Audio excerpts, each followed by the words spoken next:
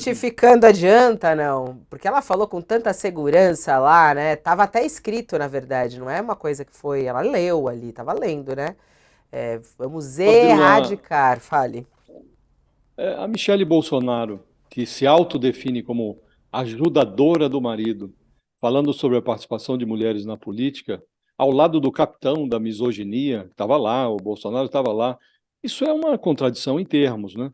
Mas esse vai e vem da Michele Bolsonaro, que se disse contra as cotas, depois, como a coisa pegou mal, ela voltou atrás. Esse vai e vem dela é um asterisco nesse debate. Uhum. Houve um tempo em que defender a participação de mulher na política era moda. Nessa época, criou-se uma cota que estimularia os partidos a investirem em candidaturas femininas. É essa a cota que fez referência a Michele Bolsonaro. Desde então, desde a criação dessas cotas, o desrespeito com as mulheres foi duplicado. As legendas continuaram predominantemente masculinas e machistas, e a cota feminina, assim como o percentual destinado às candidaturas de negros, ela virou uma fraude. Então, parte da verba do fundo partidário que deveria financiar a entrada de mulheres na política é desviada para bancar candidaturas masculinas.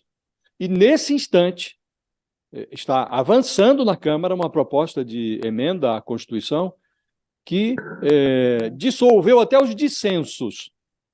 Ela prevê o perdão de irregularidades praticadas pelos partidos políticos com o uso de verbas do fundo partidário. Entre elas, essa irregularidade, a fraude cometida contra a desviar o dinheiro da cota que deveria ser aplicada em candidaturas femininas. Essa proposta de anistia, ela tem 3 artigos. Num dos artigos, os partidos passam uma borracha em todas as ilegalidades que foram detectadas nas prestações de contas que eles apresentaram, os partidos, à Justiça Eleitoral. Desautoriza qualquer tipo de sanção da Justiça Eleitoral contra os partidos que malversaram, que desperdiçaram verbas do fundo partidário e também do fundo eleitoral.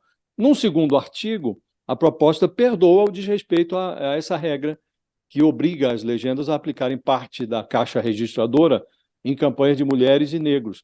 E há, em relação a isso, um silêncio. A banda feminina no Congresso está fazendo um silêncio inexplicável em relação à tramitação desse partido. E o terceiro artigo autoriza as legendas a passarem o chapéu junto a empresas para recolher dinheiro para quitar com verbas privadas dívidas eleitorais contraídas antes de 2015.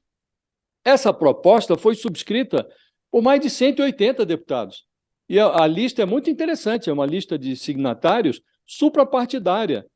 Está lá, assinou, por exemplo, o Zé Guimarães, que é líder do governo Lula na Câmara, assinou também o bolsonarista Carlos Jordi, que é líder da oposição, apoia essa proposta, a presidente, mulher, presidente do PT, Gleisi Hoffmann.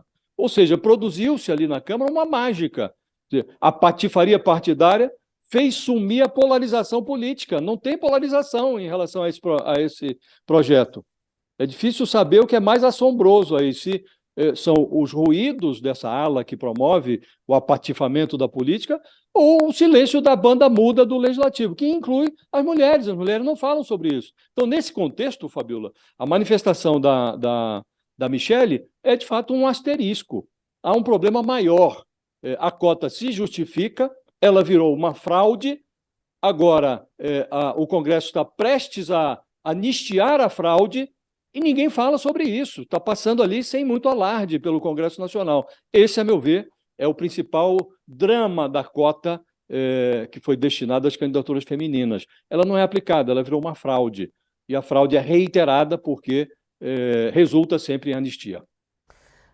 O problema é maior, né? É mais embaixo, como você diz. Importantíssimo isso, Josias.